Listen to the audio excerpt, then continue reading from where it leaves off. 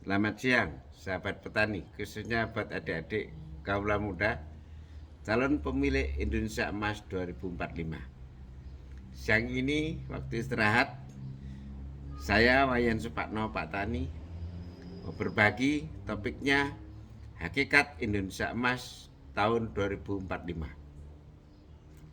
Pada tahun 2045 nanti Indonesia genap usianya 100 tahun. Dan para pemimpin kita sering sekali mendengungkan suara menuju Indonesia Emas 2045. Sayangnya masih sedikit sekali yang menjabarkan definisi daripada istilah Indonesia Emas 2045. Dan jarang sekali yang menjabarkan cara mencapai Indonesia Emas tahun 2045. Persepsi saya pribadi Indonesia 45 itu manusianya yang emas. Kondisi secara umum Indonesia emas.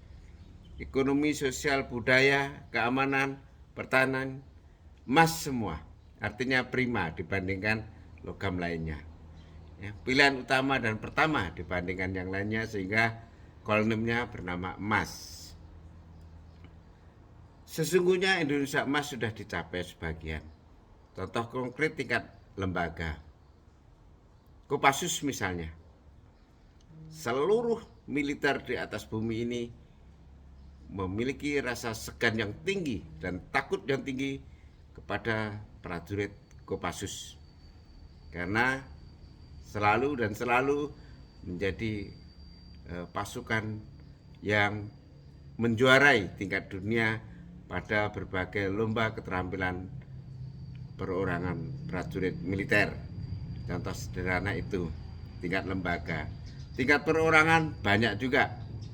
Misalnya Prof. Habibie, Bu Sri Mulyani, dan lain sebagainya. Yang kesemuanya dengan latar belakang yang berbeda-beda. Ini simbol-simbol contoh-contoh konkret Indonesia Emas 2045. Lalu profesi apa lagi yang akan menjadi mengantar situasi Indonesia tahun 45 nanti, 2045 nanti? Diharapkan nanti tahun 2045 Indonesia itu makmur, sejahtera, adil, dan merata. Sesuai tujuan kemerdekaan Indonesia. Contoh sederhananya, manusia emas tahun 2045 yang profesinya sebagai ilmuwan, inovasinya beredar di berbagai negara di atas bumi ini. Organisatoris, jadi pemimpin organisasi kelas dunia termasuk di dalam negeri. Pengusahanya menjadi investor di berbagai negara. Ya, karenanya berpengaruh besar terhadap perekonomian sebuah kawasan misalnya. Lalu bagaimana menuju ke arah itu? Kami yang orang tua menyiapkan. Kami yang udah tahu jalannya duluan mereplikasi dirinya. Kami para guru mendidik supaya tumbuh kesadaran yang tinggi. Saya ulangi, supaya tumbuh kesadaran yang tinggi untuk punya kemauan keras di dalam proses membekali diri.